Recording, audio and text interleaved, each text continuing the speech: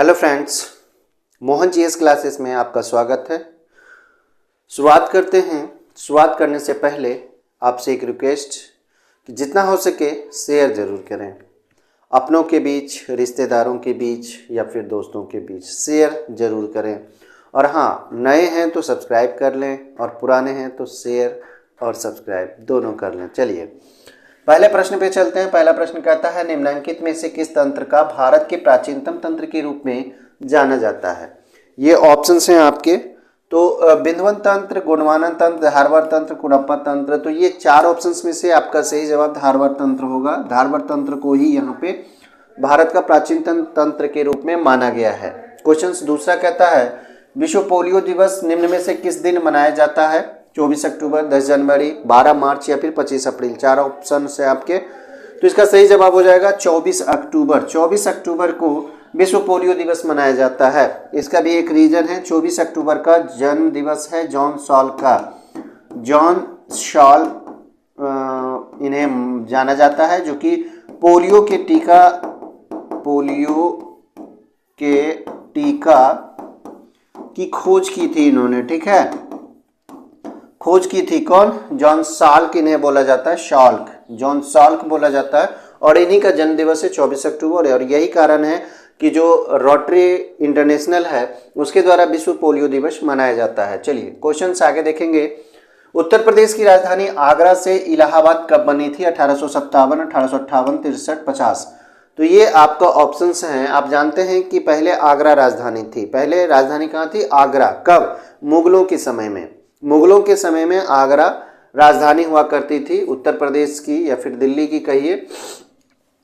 तो आगरा राजधानी पहले हुआ करती थी। उसके बाद इलाहाबाद कब बनी? 1858 ईस्वी में ये इलाहाबाद बनी। ठीक है, आप जानते हैं कि उत्तर प्रदेश पहले उत्तर प्रदेश नहीं था, ये संयुक्त प्रांत के नाम से जाने जाते थे। संयुक्त प्रांत इन्हें कहा जाता था, संयुक्त प्रांत। ठीक है, संयुक्त प्रांत इसे कहा जाता था, जो कि 1950 ईस्वी में अगर बात करें तो ये नामकरण पड़ा था, उत्तर प्रदेश ये हुआ था 1950 ईस्वी में। ठीक है, इससे पहले ये संयुक्त प्रांत के नाम से जाना जाता था। और ये संयुक्त प्रांत की राजधानी पहले आगरा हुआ करती थी। 1858 ईस्वी में इलाहाबाद बनी थी। लखनऊ जो अभी राजधानी है लगभग 1935 के आसपास बनी थी। ठीक है, जो कि अभी तक इसकी राजधानी है। चलिए आगे देखेंगे। बक्सर के युद्ध में अवध के किस नवाब ने भाग लिया था? शाह आलम, बाजिद अली शाह, सफदरजंग या फिर शुजाउद्दौला। देखिए बक्सर का जो युद्ध हुआ था ये 1764 ईस्वी में हुआ था। बक्सर का युद्ध 1764 ईस्वी में लड़ा गया था। एक तरफ था मीर कासिम प्लस अवध का नवाब प्लस मुगल शासक। ठीक है, ये तीन राजाओं का संयुक्त सेना था। और एक तरफ जो युद्ध हो रहा था वो ब्रिटिश सेना के खिलाफ लड़ा जा रहा था। ब्रिटिश सेना था एक तरफ, जिसका सेनापति कौन था? मुनरो था। हेक्टर मुनरो इसे कहा जाता है, हेक्टर मुनरो था। और ये संयुक्त सेना जो आप देख रहे हैं ये पराजित हो गई थी हेक्टर मुनरो की सेना से। ठीक है, तो मीर कासिम तो था ही, जो कि पूर्व बंगाल का ये रह चुका था नवाब। ठीक है, और अवध का नवाब कौन था? यहाँ पे देखें, अवध का नवाब शुजाउद्दौला था, जो कि युद्ध में भाग लिया था। तीसरा था मुगल शासक, जिसका नाम क्या था? शाह आलम द्वितीय था। शाह आलम द्वितीय था। कौन था? शाह आलम द्वितीय था, जो कि ये बक्सर का युद्ध में भाग लिया था, जिसमें से मीर कासिम भाग गया था। फिर अवध का नवाब को भी भागना पड़ा था, शुजाउद्दौला को। और ढेर सारी शर्तों के साथ मुगल शासक शाह आलम द्वितीय को शासन करने के लिए दिया गया था। चलिए 1764 ईस्वी में ये बक्सर का युद्ध, जरूर याद रखें ये। चलिए, जलोढ़ पंख कहाँ निर्मित होते हैं ये बताना है। जलोढ़ पंख नदी के तट पर, झील के किनारों पर, नदी के किनारों पर या फिर पहाड़ी के तलीय क्षेत्र में। तो ये जलोढ़ पंख जो निर्मित होते हैं ये पहाड़ी के तलीय क्षेत्र पर निर्मित होते हैं। इंपॉर्टेंट प्रश्न है, जरूर याद रखें, जियो से प्रश्न है ये। आगे देखेंगे, किस मिट्टी में लोहे और एल्युमिनियम की ग्रंथियां पाई जाती है?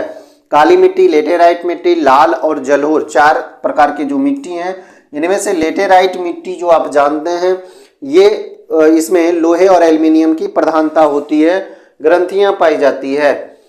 भूगर्भ में जिस स्थान पर भूकंपीय तरंगों की उत्पत्ति होती है उस स्थान को क्या कहा जाता है? ध्यान से क्वेश्चंस को समझ लें पहले। अधिकेंद्र, एक्लोजाइट, भूकंप केंद्र, भूकंप अधिकेंद्र।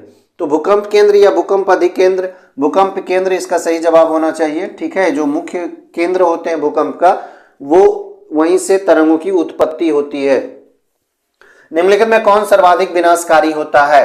आप ऑप्शन देखें, तरित झंझा है, टार्नेडो है, टाइफून है, हारिकेन है। हालांकि ये चारों के चारों विनाशकारी हैं, चारों के चारों क्या हैं? विनाशकारी ही हैं। लेकिन इनमें से कोई एक चुनना हो तो बहुत मुश्किल होता है कि कौन इसमें सही होगा, कि सर्वाधिक विनाशकारी की बात हो रही है तो कौन इसमें सही होना चाहिए। तरित झंझा भी उतना ही है, टार्नेडो, टाइफून, हरिकेन ये उतना ही विनाशकारी है। चारों के चारों एक पर एक है, तो तरित झंझा को हम सबसे ऊपर रखेंगे, ठीक है। एज यू विश, इसका सही आंसर टार्नेडो ही होना चाहिए। पृथ्वी की अपनी कक्षा में गति है, ये बताना है। पृथ्वी की अपनी कक्षा में गति है, क्या है? पश्चिम से पूरब, दक्षिण से उत्तर, उत्तर से दक्षिण, पूरब से पश्चिम। तो पृथ्वी जो घूमती है अपनी कक्षा में, ये पश्चिम से पूरब की ओर घूमती है, और यही कारण है सूर्य का उदय पूरब होता है। अब पूरा पढ़ेंगे तो समझ में आ जाएगा सारी चीजें। राष्ट्रीय जल विकास एजेंसी कौन से सन में स्थापित की गई थी? राष्ट्रीय जल विकास एजेंसी की यहाँ पे स्थापना की बात की गई है 1969, 82, 70 और 90। ये 4 ईस्वी में से 1982 ईस्वी में राष्ट्रीय जल विकास एजेंसी की स्थापना की गई है। 11 नंबर सवाल देखेंगे, नीलगिरी की पहाड़ी क्षेत्रों में किसकी खेती की जाती है? नीलगिरी पहाड़ी क्षेत्र जो है वो दक्षिण के क्षेत्र में है। नीलगिरी की पहाड़ियां, ठीक है, नीलगिरी की पहाड़ियां जो है वो ढलान क्षेत्र की जैसा है, जहां पे कॉफी उत्पादन किया जाता है। तो यहाँ पे कॉफी आप लिख सकते हैं, कॉफी के लिए ये मशहूर है नीलगिरी, ठीक है। नीलगिरी किधर है? तमिलनाडु के आसपास का क्षेत्र जो दक्षिण में पड़ता है। 12 देखेंगे, निम्न में से ये तो होगी, हाँ ये क्वेश्चन से, निम्न में किस राज्य में प्रत्यावर्ती मानसून का अधिक प्रभाव होता है? उड़ीसा, पंजाब, तमिलनाडु या फिर पश्चिम बंगाल? तो देखिए क्वेश्चंस को समझने से पहले हर पॉइंट को देख लें। प्रत्यावर्ती मानसून यहाँ पे पूछा जा रहा है, तो सबसे अधिक अगर प्रभाव पड़ता है तो ये तमिलनाडु पर पड़ता है, ठीक है, तमिलनाडु। क्वेश्चन कहता है हिडकल परियोजना किस नदी पर स्थित है? परियोजनाओं को जरूर याद रखें, परियोजना को याद जरूर रखें आप। तो हिडकल परियोजना यहाँ पे पूछी जा रही है, सतलज है, बेतवा है, घाट प्रभा है या फिर रावी नदी है। 4 ऑप्शन हैं आपके, तो यहाँ पे सही जवाब हो जाएगा हिडकल परियोजना घाट प्रभा नदी पर है, और घाट प्रभा नदी जो है वो कर्नाटक की मुख्य नदियों में से एक है, ठीक है। तो घाट प्रभा कहाँ है? कर्नाटक में। हिडकल परियोजना वहीं स्थापित की जा रही है। चलिए आगे देखेंगे, दाचीगाम वन्य जीव अभयारण्य निम्नलिखित में से किस राज्य में स्थित है? ये जो है ये बेहद इंपॉर्टेंट है, इसे एकदम ध्यान में रख लें। दाचीगाम वन्य जीव अभयारण्य पश्चिम बंगाल, जम्मू कश्मीर, छत्तीसगढ़ या फिर मध्य प्रदेश? तो दाचीगाम वन्य जीव अभयारण्य जो है ये जम्मू कश्मीर में स्थित है, ठीक है। दाचीगाम वन्य जीव अभयारण्य ये खास करके हंगुल टाइप का जो हिरन होता है इसके लिए ये प्रसिद्ध है, जम्मू कश्मीर दाचीगाम वन्य जीव अभयारण्य। अब देखिए ध्यान से, सिंध का बाग या फिर मृतकों का टीला हड़प्पा सभ्यता के किस पुरा स्थल को कहा गया है? 2 वर्ड यहाँ पे दिए गए हैं, सिंध का बाग और फिर मृतकों का टीला। तो ये किसे कहा गया है? कालीबंगा, लोथल, हड़प्पा, मोहनजोदड़ो। तो ये 4 जो जगह आप देख रहे हैं, जो स्थान देख रहे हैं, ये चारों कहाँ हैं? हड़प्पा सभ्यता का एक अंग है। जैसे मोहनजोदड़ो, हड़प्पा ये दोनों तो अभी पाकिस्तान में है, लेकिन लोथल, कालीबंगा ये सब भारत में है। जब भारत अलग हुआ पाकिस्तान से तो ढेर सारी हड़प्पा सभ्यता का क्षेत्र पाकिस्तान में चला गया, कुछ अफगानिस्तान में चला गया, लेकिन भारत में भी ढेर सारी चीज़ें नहीं है। अभी भी उत्खननकर्ता जो हैं वो ढेर सारे रिसर्च कर रहे हैं। तो इसका सही जवाब हो जाएगा मृतकों का टीला, और इसे सिंध का बाग भी कहा जाता है, तो ये मोहनजोदड़ो कहलाता है। कांग्रेस की स्थापना ब्रिटिश सरकार की एक पूर्व निश्चित गुप्त योजना के अनुसार की गई। देखिए ब्रिटिश सरकार की एक पूर्व निश्चित गुप्त योजना के अनुसार की गई है, यह किस पुस्तक में लिखा गया है? बहुत बड़ा कह सकते हैं, उद्भेदन कह सकते हैं इसको, ठीक है। India today, Gora, the poverty and British rule in India, Navjivan, 4 option हैं। तो यह इंडिया टुडे में लिखित है। ये जो आप वर्ड देख रहे हैं, ये जो आप वाक्य देख रहे हैं, कांग्रेस की स्थापना ब्रिटिश सरकार की एक पूर्व निश्चित गुप्त योजना के अनुसार की गई, तो ये इंडिया टुडे का कथन है, उसमें लिखा हुआ है। अष्टदिग्गज ध्यान से देखें, निम्न में से किस राजा से संबंधित है? यशोवर्मन, राजेंद्र प्रथम, शिवाजी, कृष्णदेव राय। तो अष्टदिग्गज की यहाँ पे चर्चा की जा रही है। तो अष्टदिग्गज कृष्णदेव राय के जमाने में हुआ करता था। इनका जो कार्यकाल है 1509 से शुरू होता है और 1527 के आसपास का समय जो है ये कृष्णदेव राय का समय है। ये बहुत शक्तिशाली राजा थे। कहाँ के थे ये? विजयनगर, ठीक है। कृष्णदेव राय दक्षिण के सबसे ताकतवर नेता, जिसे बाबर ने भी अपनी पुस्तक में लिखा है कृष्णदेव राय के बारे में कि दक्षिण में सबसे सर्वाधिक या भारत के सर्वाधिक कह सकते हैं, भारतवर्ष उस समय, तो कृष्णदेव राय को कहा है। तो अष्टदिग्गज कृष्णदेव राय के जमाने में 2-3 चीजें को याद रखना है। नवरत्न है, अष्टदिग्गज है, एक शिवाजी का है। तो ये सारी चीजों को याद रखें, ये पूछ दिए जाते हैं बराबर परीक्षाओं में। भारत में खरोष्ठी लिपि को किसने स्थापित किया था? खरोष्ठी लिपि चीनी, यूनानी, कुषाण या फिर ईरानी? तो इसका सही जवाब ईरानी हो जाएगा, ठीक है। ये खरोष्ठी लिपि का यहाँ पे स्थापित किया था भारत में, खास करके भारत में अगर यहाँ पे चर्चा की जाए तो। आगे देखेंगे क्वेश्चंस, कहता है राजा राम मोहन राय और डेविड हेयर, दो नाम है यहाँ पे, राजा राम मोहन राय और डेविड हेयर निम्नलिखित की स्थापना से जुड़े हुए थे। Hindu college, Sanskrit college, Ripon college या फिर इनमें से कोई नहीं। 4 ऑप्शन हैं आपके। तो राजा राम मोहन राय और डेविड हेयर जो थे ये हिंदू कॉलेज से जुड़े हुए थे, ठीक है, हिंदू कॉलेज की स्थापना। उसके बाद आगे देखेंगे क्वेश्चंस, कहता है फारसी साप्ताहिक पत्रिका था एक मिरातुल अखबार, मिरातुल अखबार नाम ध्यान से देख ले, प्रकाशित करते थे। कौन करते थे? लाला लाजपत राय थे, सैयद अहमद खान थे, राजा राम मोहन राय थे, इनमें से कोई नहीं। तो ये जो आप मिरातुल अखबार की चर्चा है, मिरातुल अखबार का नाम देख रहे हैं, ये राजा राम मोहन राय के द्वारा शुरू की गई पत्रिका थी, ठीक है। इसके संपादक भी यही करते। शिवाजी के प्रशासन में पेशवा कहा जाता था, किसे कहा जाता था ये बताना है। बहुत ताकतवर ये पद था, खास करके शिवाजी के प्रशासन में या फिर मराठा के प्रशासन में कह सकते हैं। धार्मिक मामलों के मंत्री को, प्रधानमंत्री को, न्याय मंत्री को, रक्षा मंत्री को, तो ये पेशवा जो था वो प्रधानमंत्री को कहा जाता था, ठीक है। शिवाजी का जो शासन काल हुआ करता था या फिर प्रशासन हुआ करता था, तो प्रशासन में पेशवा जो था वो प्रधानमंत्री को कहा जाता था। चलिए आगे देखेंगे, भारत में जब क्रिप्स मिशन आया था, क्रिप्स मिशन, उस समय भारत का वायसराय कौन था? क्रिप्स मिशन के बारे में जरूर पढ़ें। क्रिप्स मिशन के बारे में 2-4 चीजें याद रखने योग्य चीजें हैं, जैसे उत्तर दिनांकित चेक भी महात्मा गांधी ने कहा था क्रिप्स मिशन को, और भी ढेर सारी चीजें आता है, जैसे इस मिशन में कौन कौन आए थे, कब आया था, ठीक है। तो क्रिप्स मिशन 1942 ईस्वी में आया था, आप जानते ही होंगे। ये क्रिप्स जो थे ये खुद इनकी अध्यक्षता में आया था, Lord Willingdon, Lord Linlithgow, Lord Wellesley, Lord Amherst. तो ये लॉर्ड लिनलिथगो का शासनकाल था उस समय भारत में, जिस समय ये क्रिप्स मिशन भारत आया था, ठीक है। दक्षिण अफ्रीका में महात्मा गांधी द्वारा प्रकाशित पत्रिका का नाम क्या था? इंडियन ओपिनियन, न्यूज हरिजन, अफ्रीकन या फिर नवजीवन? इसका सही जवाब आप देखें तो इंडियन ओपिनियन होगा, ठीक है। दक्षिण अफ्रीका में महात्मा गांधी द्वारा जो पत्रिका प्रकाशित होती थी उसका नाम इंडियन ओपिनियन था। आगे देखेंगे, इंडियन लिबरल फेडरेशन की स्थापना किसने की थी? इंडियन लिबरल फेडरेशन की स्थापना CR दास, चंद्रशेखर आजाद, महात्मा गांधी, SN बनर्जी? तो इसका सही जवाब SN बनर्जी होगा। 24 प्रश्न का सही जवाब SN बनर्जी। क्या है? इंडियन लिबरल फेडरेशन की स्थापना के बारे में। निम्न में से किस रोग के वाहक मच्छर नहीं है? ध्यान देना है। टाइफाइड, डेंगू, फीलपॉम, मलेरिया। ये देखिए तीनों जो आप देख रहे हैं ये मच्छर से संबंधित रोग है, मच्छर से फैलने वाला रोग है, ठीक है। डेंगू है, फीलपॉम है, मलेरिया है। टाइफाइड जो है ये नहीं है, ये मच्छर से फैलने वाला रोग नहीं है। बाकी 3 आप देख रहे हैं मच्छर से फैलने वाला रोग है। कमेंट कर जरूर बताएं क्योंकि ये हम चारों को बता चुके हैं। चलिए आगे देखेंगे, वायरस जनित रोगों का समूह निम्न में से कौन सा है?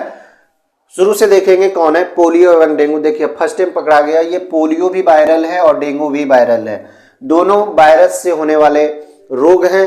तो वायरस जनित रोगों का समूह यहीं पे पकड़ा गया। आगे देखेंगे क्वेश्चन 27, मनुष्य का तंत्रिका तंत्र कितने भागों में विभक्त होता है? 2 भाग में, 3 भाग में, 4 भाग में या फिर 5 भाग में? तो तंत्रिका तंत्र की यहाँ पे चर्चा की जा रही है, तो इसे 3 भागों में विभक्त किया गया है, 3 भागों में विभक्त होता है। दोस्तों 50 प्रश्नों का जीएस सिलसिला ये लगातार चल रहा है और ये आपको लगभग 3000 के आसपास प्रश्न प्रोवाइड करा चुके हैं। सारे जीएस आपको यहाँ पे मिल जाएंगे। जीएस और साइंस से सोचने की बात नहीं है, आप जितना हो सके आप रीजनिंग और मैथ का प्रैक्टिस करते रहें। हम भी सहायता करेंगे, 2-4 दिन के बाद हम भी आएंगे, रीजनिंग और मैथ को कुछ बताएंगे। तब तक आप जीएस का लुत्फ लेते रहें और जीएस आपका कंप्लीट हो जाएगा, ये तो कंफर्म आप जान लें। बस आपको एक काम करना है, सब्सक्राइब करना है और शेयर करना है, बस इतना ही काम है। और इसके लिए हम आपके समक्ष रोजाना प्रस्तुत होते हैं 50 प्रश्नों के जीएस सेट के साथ। तो 28वां प्रश्न देखेंगे। कार्बोहाइड्रेट में कार्बन, हाइड्रोजन, ऑक्सीजन का अनुपात क्या होता है ये बताना है। तो 1:2:1, 1:3:1, 1:2:3, 1:1:1। तो ये अनुपात जो होता है 1:2:1 का अनुपात होता है कार्बन, हाइड्रोजन और ऑक्सीजन का अनुपात कार्बोहाइड्रेट में। चलिए, निम्न में से कंकाल तंत्र का कार्य बताना है। क्या है कंकाल तंत्र का कार्य ये बताना है। पेशियों को जुड़ने का आदान प्रदान करता है। चलिए, ये तो आपका सही हो जाएगा। शरीर के कोमल अंगों को सुरक्षा प्रदान करना, ये भी आपका सही है। शरीर को निश्चित आकार प्रदान करना, तो ये कंकाल तंत्र का तो सबसे बड़ा काम है। उपरोक्त सभी आपका सही जवाब हो जाएगा। ठीक है, तीनों ऑप्शंस जो आपके हैं ये सही हैं। 31 नंबर सवाल देखेंगे। 31 कहता है हृदय संबंधी असामान्यताओं का पता लगाने के लिए कौन सा प्रयोग किया जाता है। ध्यान से देखें ऑप्शंस को एक एक करके। इलेक्ट्रोकार्डियोग्राफ, जिसे हम लोग ईसीजी भी कहते हैं, ईसीजी, पेसमेकर, ये हृदय में काम आता है। ये कृत्रिम हृदय के रूप में इसे जाना जाता है। कृत्रिम हृदय के रूप में इसे जाना जाता है पेसमेकर को। तीसरा है कंप्यूटेड टोमोग्राफी स्कैन, जिसे हम लोग शॉर्ट में सीटी स्कैन भी कहते हैं। सीटी स्कैन इसे कहते हैं। इनमें से कोई नहीं, चौथा ऑप्शन है। तो यहाँ पे हृदय संबंधी असामान्यताओं का पता लगाने के लिए तो आपका सही जवाब हो जाएगा इलेक्ट्रोकार्डियोग्राफ, ईसीजी। ये जो है ये हृदय संबंधी रोगों का पता लगाता है, असामान्यताओं का पता लगाता है। ठीक है, एक खगोलीय इकाई औसतन बराबर होती है। ऑप्शंस ध्यान से देख लें, आसान है। पृथ्वी और चंद्रमा की दूरी का तो होगा नहीं, बृहस्पति और सूर्य ये भी नहीं होगा, प्लूटो और सूर्य ये भी नहीं होगा। पृथ्वी और सूर्य की दूरी के बराबर होता है। खगोलीय इकाई किसको बोला जाता है? पृथ्वी और सूर्य के दूरी को एक खगोलीय इकाई से मापा जाता है। चलिए, वायु की गति निम्नलिखित के द्वारा मापी जाती है। तो वायु की गति किसके द्वारा मापी जाती है ये बताना है। एनीमोमीटर, हाइड्रोमीटर, विंड वैन या फिर बैरोमीटर। तो एनीमोमीटर इसका सही जवाब हो जाएगा। ठीक है, एनीमोमीटर से वायु की गति को मापा जाता है। बाकी आप समझ सकते हैं हाइड्रोमीटर, बैरोमीटर, ये सारी चीजें भी आप याद रखें। आगे है टैकोमीटर, वेग मापी का प्रयोग किसके मापन के लिए किया जाता है? टैकोमीटर, ध्यान से देखना है। टैकोमीटर की यहाँ पे चर्चा की गई है। तो घूर्णन गति है, पृष्ठीय तनाव है, परिक्षेपण शक्ति है, गुरुत्वाकर्षण है। तो इसका सही जवाब परिक्षेपण शक्ति हो जाएगा, टैकोमीटर। ठीक है, आगे देखेंगे क्वेश्चन है 34। पायरोमीटर निम्नलिखित में मापने के लिए प्रयोग में लाया जाता है। पायरोमीटर एक तरह का थर्मामीटर है। उच्च तापमान, आर्द्रता, भूकंप की तीव्रता या फिर वायुदाब। तो उच्च तापमान इसका सही जवाब हो जाएगा। उच्च तापमान के लिए पायरोमीटर का उपयोग किया जाता है। बाकी आप आर्द्रता, भूकंप की तीव्रता, वायुदाब आप जानते होंगे। बैरोमीटर हो गया, आर्द्रता, हाइग्रोमीटर हो गया, भूकंप की तीव्रता, रिएक्टर स्केल हो गया। तो ये सारी चीजों को भी आपको याद रखने हैं। आसान है इसलिए हम नहीं लिखे। लिटमस रंजक बैंगनी रंग का होता है जो निकाला जाता है। कहां से प्राप्त होता है लिटमस? लाल, लाइकेन, पत्ता गोभी, हल्दी, पेटूनिया, फूल। तो इसका सही जवाब लाइकेन हो जाएगा। लाइकेन से ही लिटमस पत्र निकाला जाता है। ठीक है, क्वेश्चन है आगे 36। प्राकृतिक गैस का दहन किस प्रकार का रासायनिक अभिक्रिया है? संयोजन, अपघटन, ऊष्माक्षेपी, विघटन अभिक्रिया। तो आसान है, ये आप जानते होंगे। ऊष्माक्षेपी अभिक्रिया है, केमिस्ट्री से संबंधित ये क्वेश्चन हैं। आगे देखेंगे क्वेश्चन कहता है अपचयन, उपचयन अभिक्रिया को क्या कहते हैं? ध्यान से देखें, ऊष्माशोषी, रेडॉक्स, अपक्षेपण, ऊष्माक्षेपी। तो ये रेडॉक्स अभिक्रिया कहलाएगी। उपचयन, अपचयन अभिक्रिया रेडॉक्स अभिक्रिया कहलाती है। क्वेश्चन है 38। जिंक तथा लेड कॉपर की अपेक्षा कम क्रियाशील है, अधिक क्रियाशील है, समान क्रियाशील है या फिर अन्य? चार ऑप्शंस में से आप देखेंगे जिंक तथा लेड ये अधिक क्रियाशील है बनिस्बत कॉपर के। ठीक है, क्वेश्चन समझने के बाद टिक करने का प्रयास करें। 39 कहता है निम्न में कौन सा गुण कार्बनिक यौगिकों में प्राय नहीं होता है? ध्यान से देखें, पहला गुण कहता है जल में विलेयता, निम्न द्रवणांक, ज्वलनशीलता, सभी। तो जल में विलेयता ये कार्बनिक यौगिक का गुण नहीं है, ठीक है, कार्बनिक यौगिक का गुण नहीं है। क्वेश्चन है निम्नलिखित में से किस अधातु में धातुई चमक पाई जाती है? अधातु है लेकिन चमक के मामले में उसमें धातुई चमक पाई जाती है। आयोडीन, ग्रेफाइट, ए और बी दोनों, इनमें से कोई नहीं। तो आयोडीन और ग्रेफाइट ये आप जो दोनों देख रहे हैं, दोनों के दोनों अधातु है लेकिन इसमें चमक होता है और ये कैसे बिहेव करते हैं? धातु की तरह बिहेव करते हैं, लेकिन फिर भी ये अधातु हैं। तो ए और बी दोनों ऑप्शंस हो जाएंगे, सी आपका सही जवाब होगा।